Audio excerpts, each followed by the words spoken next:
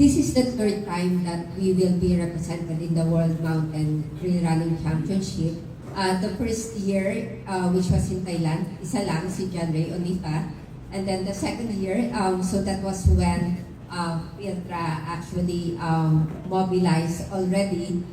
We sent 12, a 12-man team. So full slots for the male and women for the short trail and long trail, and we were ranked 12 and 19 for these categories at that time.